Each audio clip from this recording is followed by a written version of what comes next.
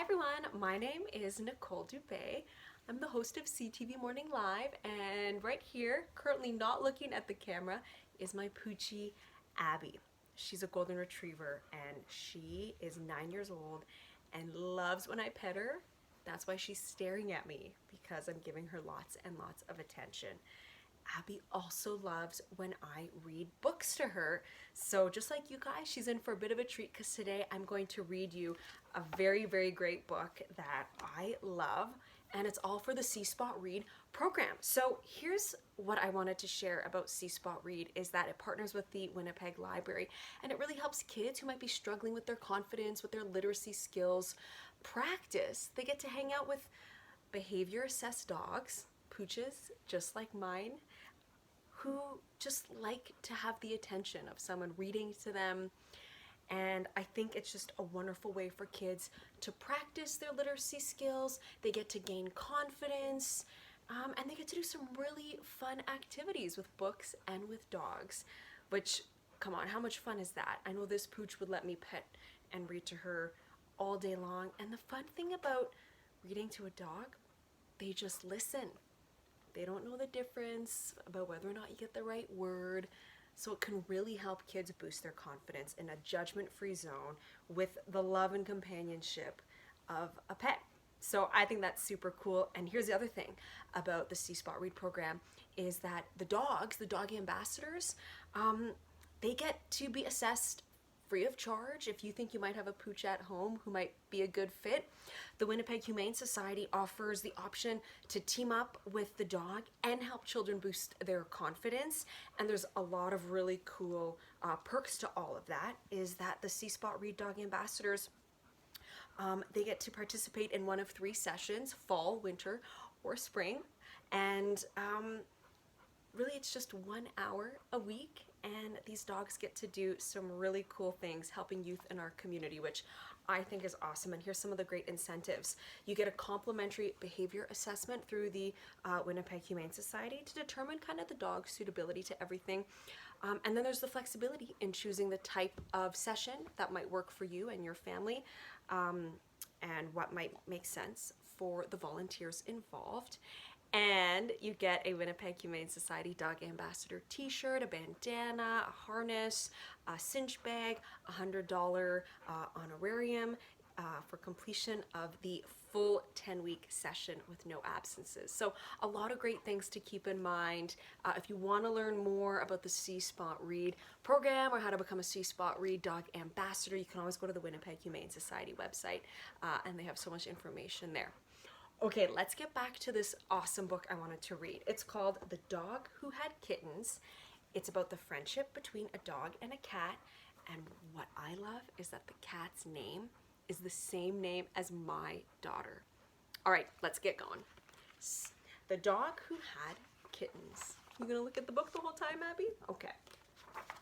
Dog Who Had Kittens. Big picture right there. Baxter the Basset Hound was in his backyard enjoying the smells of spring. Suddenly, he heard a fuss. "Eloise!" the boy was shouting. Everybody came. "Everybody, come look at Eloise." Baxter trotted towards the side of the garage. He got there just as the boy's parents did. He had to push his head between all the legs to see what was going on. There, lying on her side in a box, was Eloise. When she saw Baxter, she bristled her fur and hissed. Baxter just had time to see the squirming little bodies attached to her belly before the boy led him away to the oak tree. "You better stay here for a while," said the boy. "We're going to move Eloise into the house with the kittens. She's very nervous." So Baxter was chained to the tree and abandoned.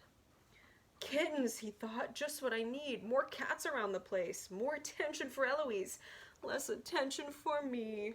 He lifted his head and howled. "Ow!" Let me hear your howl sound. "Ow! Ow!" Hours went by. No one even looked at him. It was almost dinner time when, to his surprise, Eloise herself came to him from the house. "Congratulations," he said as sincerely as he could. Eloise was licking a paw. "Marvelous, aren't they?" she purred. "How many?" 7. 3 of them look like me. Gorgeous. Baxter slumped down in the grass. 7 kittens? This was worse than he'd imagined. That's nice, he said miserably. How long am I going to be an outcast then? Well, it wasn't my idea to chain you up. All the same, I'd appreciate it if you stay away for a while. You're a dog, and the kittens and I are cats, and I know you for a good fellow, but I must warn you, don't come near my kittens. And she walked off towards the house. Finally, the boy fed Baxter and scratched and hugged him, but the ball didn't come out, and Baxter wasn't invited for a walk. Worst of all, Baxter had to go to bed in the garage. It went on like that for 3 days. Baxter was allowed in the house, but not in the laundry room, where the kittens lay in the garage, or lay in a large box, I should say. He could hear their thin cries from time to time, all the way from in the garage where he had to stay. One day the family left the house, but didn't quite shut the door to the laundry room. Baxter nosed it open and pushed inside. He could hear the kittens crying. Eloise was nowhere in sight.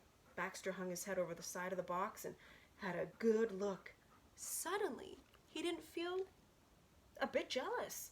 They're so tiny, he thought. Their eyes aren't open and they can't even hold their little heads up or walk. The meowing babies seemed to be searching. Their cries were the most pitiful sounds Baxter had ever heard. Suddenly, Baxter was furious with Eloise. Where was she? What right had she to leave her babies alone like this? When had they last eaten? Baxter began to pace around the room. The kittens' cries grew louder. Oh, why doesn't anyone come? He thought desperately. Finally, he went back to the box. The kittens were in a ball in the corner. Delicately, Baxter stepped into the box. He lay down carefully, taking most of the extra space. The kittens sensed his warmth and began to pull themselves towards him, crying louder than ever. Blindly, they stumbled and tumbled over each other until they were between his front paws. Little muzzles scouted around his fur. Little mouths sucked at his legs and neck. Little paws with needles massaged him. Baxter was afraid to move for fear of crushing one of them. He held still for a long time. At last, the kittens fell asleep. He sniffed and poked them gently with his big nose. All at once, he felt happier than he'd ever felt before. I did it, he thought. I helped them. They feel safe now. This is wonderful. Suddenly, there was Eloise with eyes like embers. Eloise gave him a hard look, leapt into the box, and began at once to sniff and push the kittens. They began to waken and cry. Get out, said Eloise. Baxter climbed carefully out of the box. I didn't hurt them. I can see that, but it's feeding time. You're in the way. Past feeding time, Baxter said, remembering his anger. Poor little mites crying, and where were you then? None of your business. And don't think I don't know my business. Kittens are always hungry, they think. I have to get away from time to time. Baxter looked at Eloise. The kittens were suckling. A pretty sight, he said humbly. Once the family realized that Eloise trusted Baxter around the kittens, everyone relaxed. He could come and go as he liked, and to everyone's surprise, he spent most of his time with the kittens.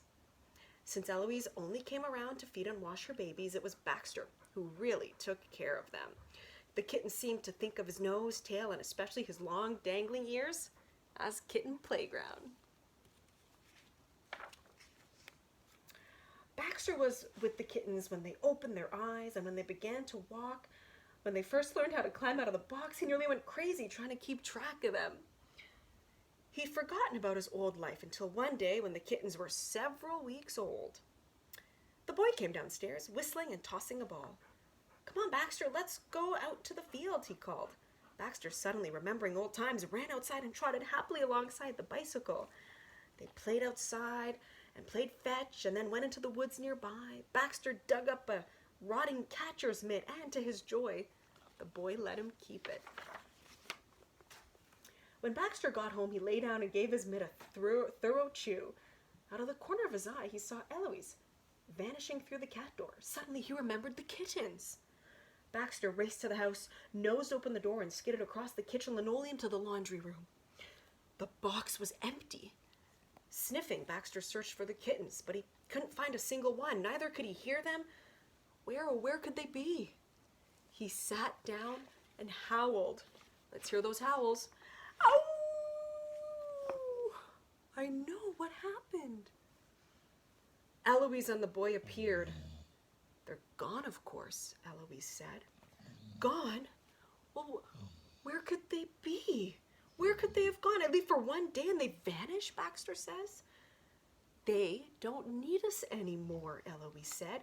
They've got homes of their own now, where they've gone to be cats like me. Goodness, didn't you notice how big they were getting? Baxter could hardly eat his food that night. He lay at the boy's feet after dinner when the family went to bed. He tried to sleep, but he just felt too lonely. Finally, he got up and went into the laundry room where the box was full of moonlight. He snuggled up in it, comforted by its kitten smell. He was still feeling too sad to sleep when, with a small thud, Eloise landed next to him and curled up by his head.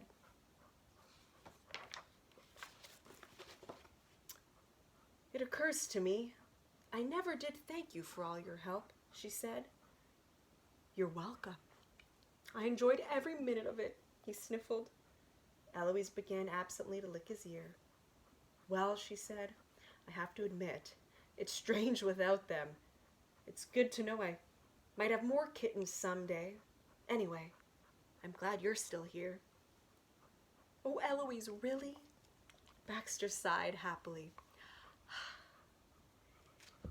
He fell asleep at last while Eloise licked and licked his ear just as though it were a kitten. And that is the dog who had kittens. Thank you so much for letting me read this book and joining me and Abby as I got to read to her and to you guys. Listen, if you want to learn more about the C-Spot Read program, and of course, if you want to become a dog ambassador, I think you might have the perfect pooch for it, please make sure to visit winnipeghumanesociety.ca. And if you had fun, guess what? We get to do it all over again next Sunday when there's going to be another Winnipeg Humane Society bedtime story. So thank you so much for joining me. Have a good day.